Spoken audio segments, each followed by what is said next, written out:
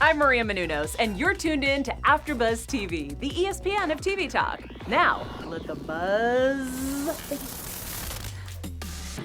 Hey guys, welcome to Meet The Frasers After Show on AfterBuzz TV. Tonight we're talking all about episodes 7 and 8.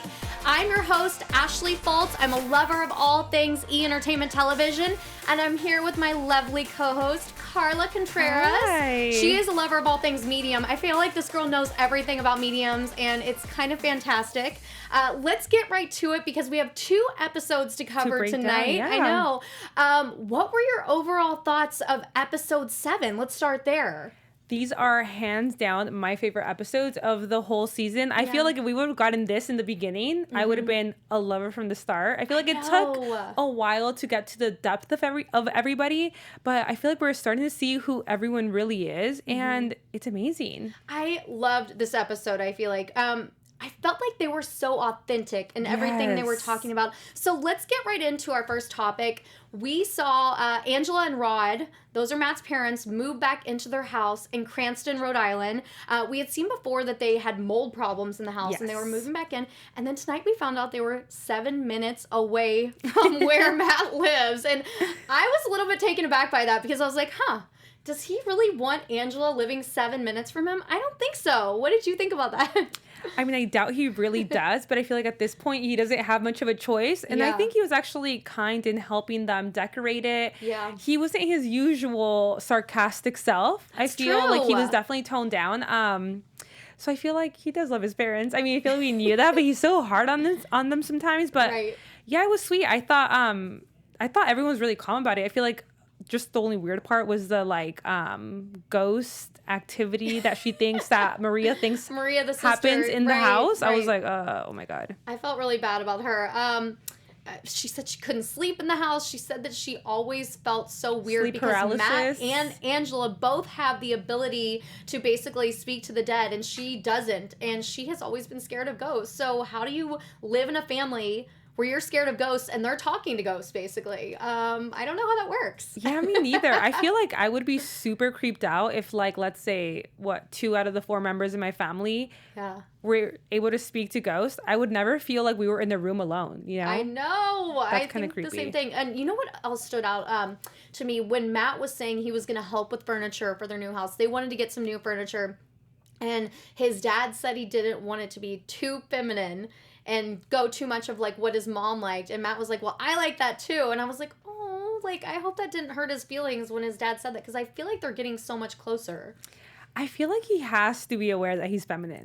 Like, there's no way around that. Like, his outfits, his personality, I feel like even sometimes, like, he's in competition with Alexa. That's true. Like, they're just always, like, toe-to-toe. It's so weird. They both love fashion, that's for sure. Yeah, so maybe he already knows it, you know, so it doesn't hurt his feelings too much, but I feel like the dad definitely did say it in like a bit of a judgmental way. I was like, oh God. For sure. And then let's move on to the fashion show. I feel like this was a really big deal tonight. We've seen Alexa talking about the fashion show in past episodes. She gets to actually walk in the show. It was a really big deal for her, and it's kind of part of her pageant prep. And then we actually saw that Matt got asked to MC the fashion show, and she was all up in arms. She was really being honest with him, and I thought being just so real, and she said it in a really nice way, but she was like, Matt, don't steal my thunder.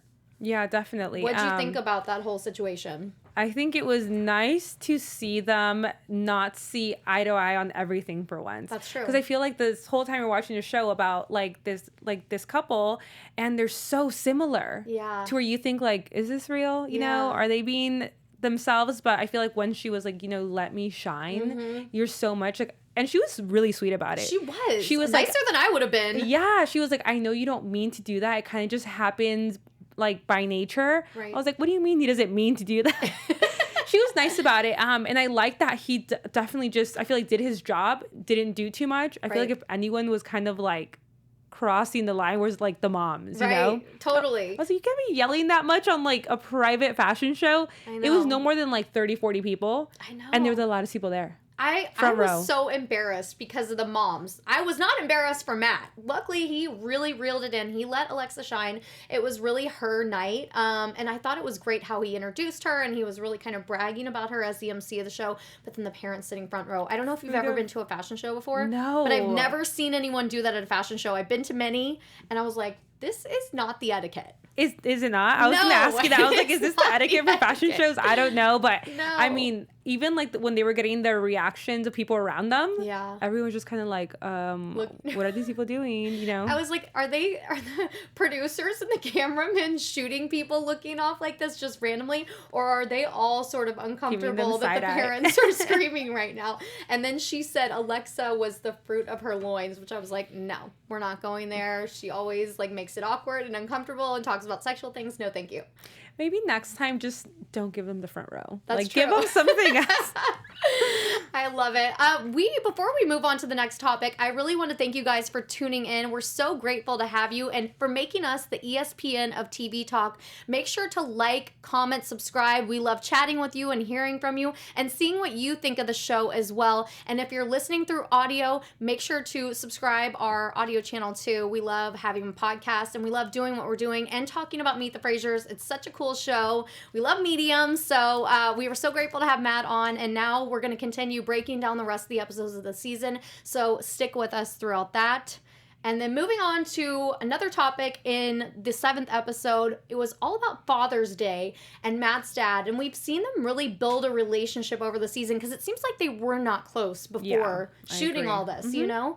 And maybe shooting has actually brought them closer together. Did you get that sort of vibe tonight? I did, because he did mention, like, it's been, I think he said something about, like, it's been nice, like, getting closer to my dad. Right. So I was like, were you not in the past? It kind of, I'm going to assume that, like, with filming this TV show, that you need every member to do their role, you know, and to be present. So I think they've kind of been forced to, and it's, I think, worked out positively for them. I know. I thought it was cute. I feel like they have such different personalities and interests and hobbies, but he agreed to go hiking. He said fishing was too smelly, even though his dad likes to fish. Oh, and then there was something else. Oh, hunting. He did not want to kill Bambi, which I have to agree. And I would not want to go hunting either. Me but neither. Then he was like, okay, a 30-minute hike. That's all I'm going to give you. And I was like, okay, at least he's compromising. He's doing something his dad really wants to do. And it was cute to see them bonding. And I really like this episode because I feel like it gave you a really good picture of what their family is like. Oh, yeah, definitely. I feel like you can tell that Maria and Rod and the dad are really similar and close. True. And then he's kind of like, him and the mom are probably more similar. Yeah. I thought it was awesome. I'm like, how far can you walk in 30 minutes though, you know? With his hot spot. Yeah, you can't hike that far. His contacts.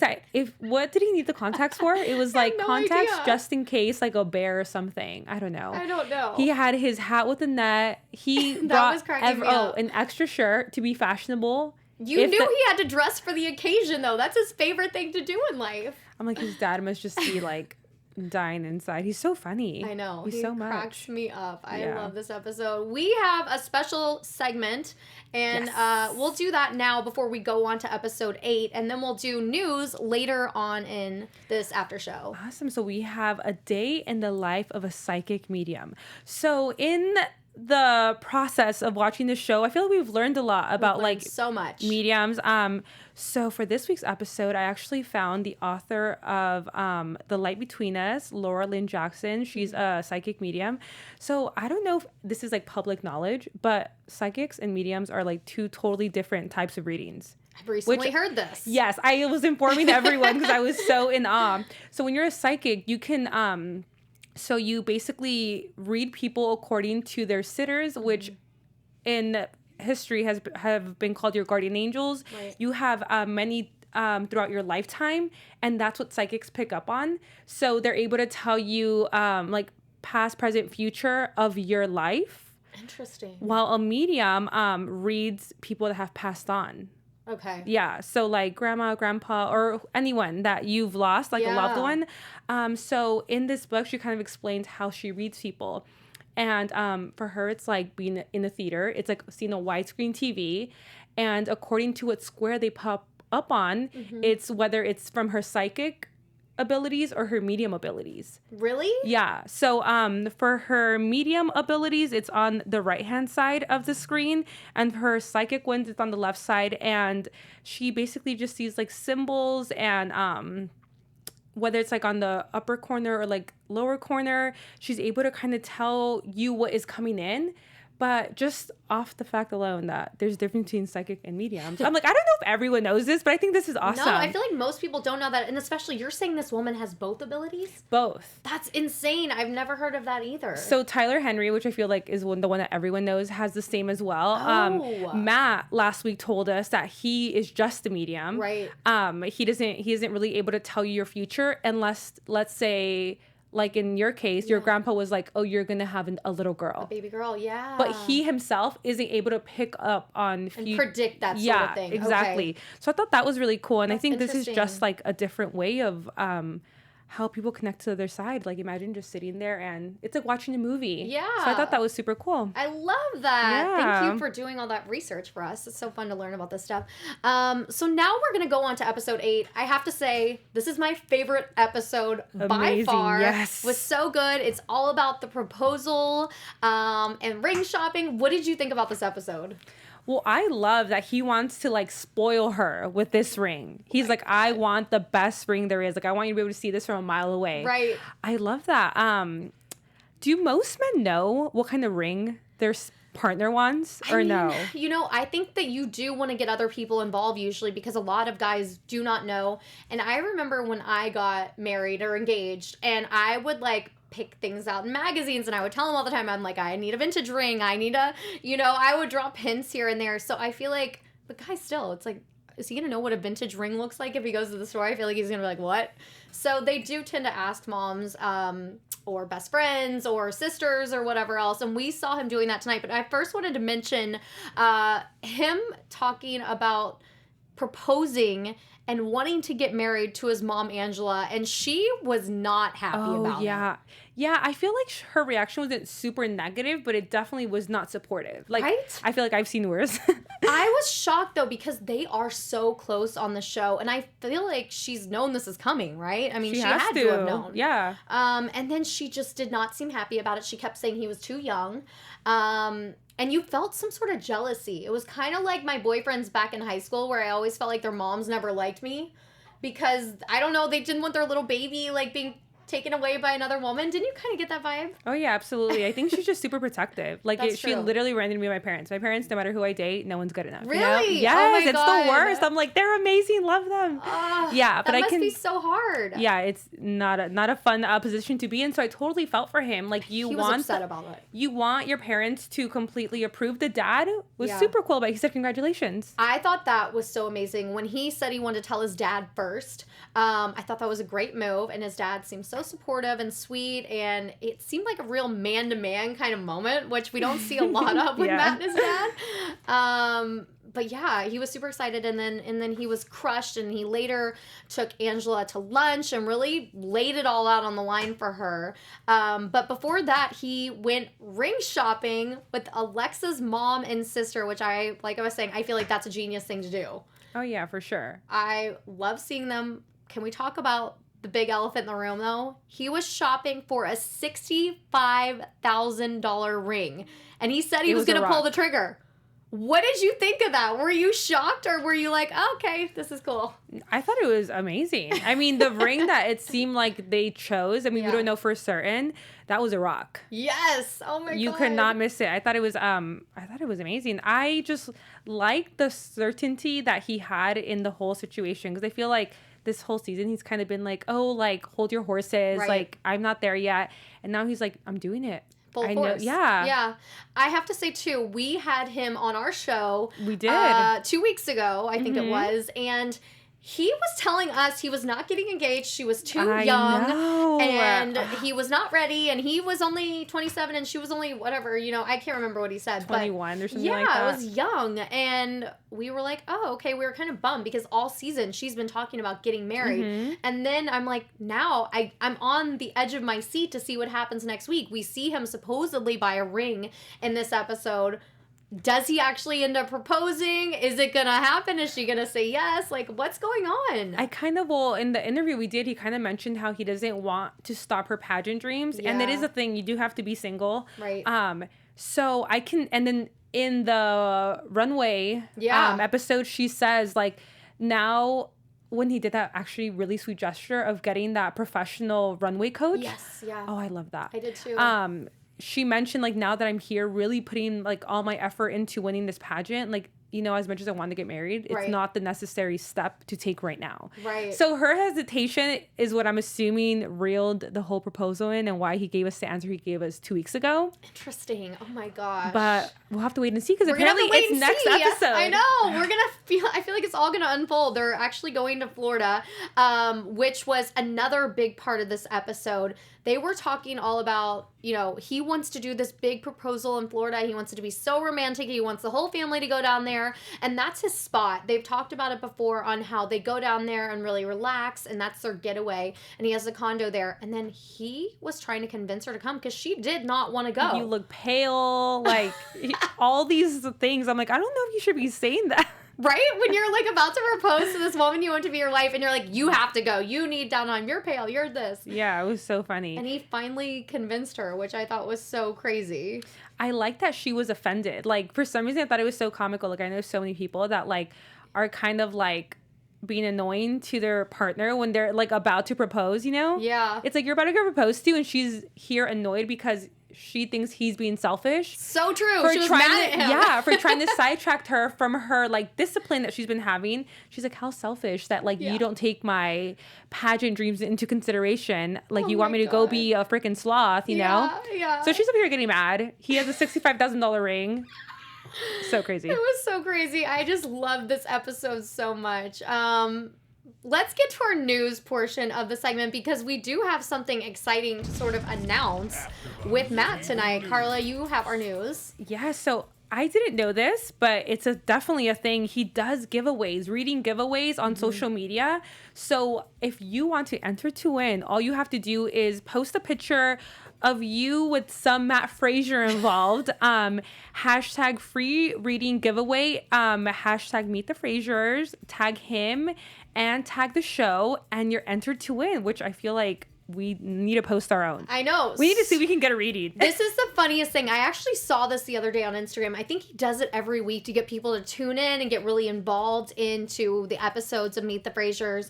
And I was, like, trying to tell all my girlfriends, I'm like, go apply, because they keep asking me and DMing me after he read me on our episode where he did the interview with us. They're like, how can I do it? Can you ask him if he'll do a reading for me? And he's booked 2 years out. So this is the only way real people can actually get a reading. So make sure you guys go check that out. I thought that was a great piece of news for everyone, especially if you're a Matt Fraser fan tonight. Yeah, definitely. Do you have any predictions moving forward for next week's episode? So I have a whole theory on this. You do? Tell us everything. I think he's going to actually try to propose to her. Okay. He's going to take the family out to Florida. He's taking everyone with him. Yeah. And then one way or another, she's going to, like, say no in a very nice way. No. Just because there was, like, one clip of, like, a second where everyone's sitting at the table and they're kind of like, where is she? And it looked like they were, like, at a restaurant. So it looked like the proposal was about to happen. And for some reason, it doesn't. I may be, assuming off one clip. Oh, my God. But I think if she's going to let him down, which she clearly does because they're not engaged right now, it's going to be in a very nice way. Wait, you think they're not engaged for sure? Oh, yeah. Based on our interview with him? Yeah, for sure. I don't think so. Oh, my gosh. I feel like we would know by now. Crushing right now. But don't you think we would know by now? Maybe, yeah. It would be out in the news or something. I think so. Or maybe they've been keeping it a secret for next week's episode. Yeah. So I don't know. We'll see. But I think she should continue her pageant dreams. Right. There's a whole lifetime to be a wife. Yeah, she does. She's so young. So I actually had an opposite prediction, but now that you're saying yours, I'm like, I feel like I'm all wrong. I thought she's seen wearing a ring in a few episodes. But she's a promise ring. It's a promise ring, though. And then so I saw some chatter online. I was doing some digging, and people were saying, oh, that's actually her engagement ring. You guys have been hiding it. There's this whole thing. So I thought they really do get engaged next week. maybe on next week's episode or the finale. I think we have 2 episodes left. And that he was just hiding it in the interview with us. But now we're just going to have to all wait and see what happens. I cannot wait for next week. I know. Why do we have to wait a whole week for this? But yeah, it was so fun. I love watching tonight's episode. Thank you guys so much for tuning in tonight. Leave us a comment, like us, subscribe. We'll be back next week with our Meet the Frasers After show. And Carla, where can they follow you? You can follow me on Instagram at Carla L. Contreras and Twitter at Carla_C. And you can follow me at Ashley Foltz on Instagram. We'll see you guys next week. Bye. Bye.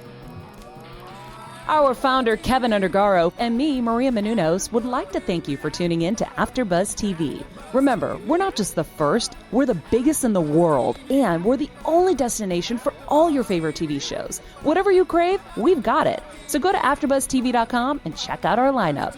Buzz you later. The views expressed herein are those of the hosts only and do not necessarily reflect the views of AfterBuzz TV or its owners or principals.